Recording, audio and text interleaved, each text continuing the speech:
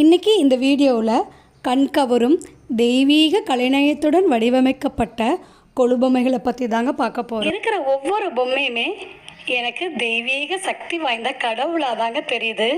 அடா அடா அடா எவ்வளோ அழகாக இருக்குது பாருங்கள். கல்யாணம் பண்ணுற மாதிரி தீம் செட் பண்ணியிருக்காங்க.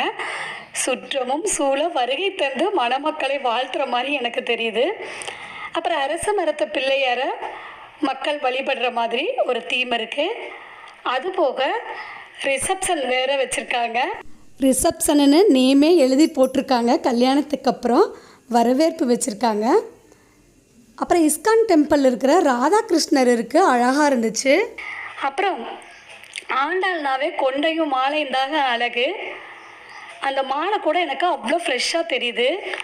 அப்புறம் திருப்பதி ஏழுமலை வெங்கடாஜலபதி, தொட்டில் கிருஷ்ணர், 10 தலை ராவணன், நடராஜர், லக்ஷ்மி, சரஸ்வதி, அஷ்டலக்ஷ்மி, வராகி அம்மன், லக்ஷ்மி நரசிம்மர், காஞ்சி பெரியவர், விநாயகர், ஸ்ரீரங்க பெருமாள், பாலாம்பிகா, காவல் தெய்வங்கள், புல்லாங்குழல் கிருஷ்ணர், எல்லா கடவுளையும் இங்கே பார்க்கும்போது எனக்கு பூலோகத்தில் இருக்கிற மாதிரி இல்லைங்க, தேவலோகத்தில் இருக்கிற மாதிரி இருக்குது.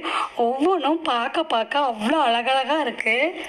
வெள்ளை தாமரையில் வீற்றிருப்பாய், எங்கள் உள்ள கோவிலிலே உறைந்து நிற்பாய், கள்ளமில்லாமல் தொழும் அன்பருக்கே என்றும் அள்ளி அறிவை தரும் அன்னையும் நீ, வாணி சரஸ்வதி, மாதவி, பாரதி, வாகதீஸ்வரி, மாலினி, காணும் பொருளில் தோன்றும் கலைமணி, வேண்டும் வரம் தரும் வேணி, நான்முக நாயகி, மோகன ரூபிணி, நான்மறை போற்றும் தேவினி, வானவர் கமுதே, தேனருள் சிந்தும் கான மனோகரி, கல்யாணி, அருள்வாயினி, இசை தரவாயினி, இங்கு வருவாயினி, லயம் தரும் வேணி அம்மா, மாணிக்க வீணையேந்தும் மாதேவி கலைவாணி, தேன் தமிழ் சொல்லெடுத்து பாட வந்தோம் அம்மா, பாட வந்தோம்.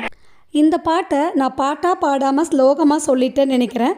இது ஸ்லோகமாக இருந்தாலும் சரி, இல்லை சரஸ்வதியோட மந்திரமாக எடுத்துக்கிட்டிங்கனாலும் சரி. அப்புறம் என்னங்க, நீங்களும் பூலோகத்திலிருந்து தேவலோகத்துக்கு வந்த மாதிரி இருந்துச்சா? இந்த வீடியோவை உங்கள் ஃப்ரெண்ட்ஸ்க்கும் ஷேர் பண்ணுங்கள், லைக் பண்ணுங்கள். தேங்க்யூ.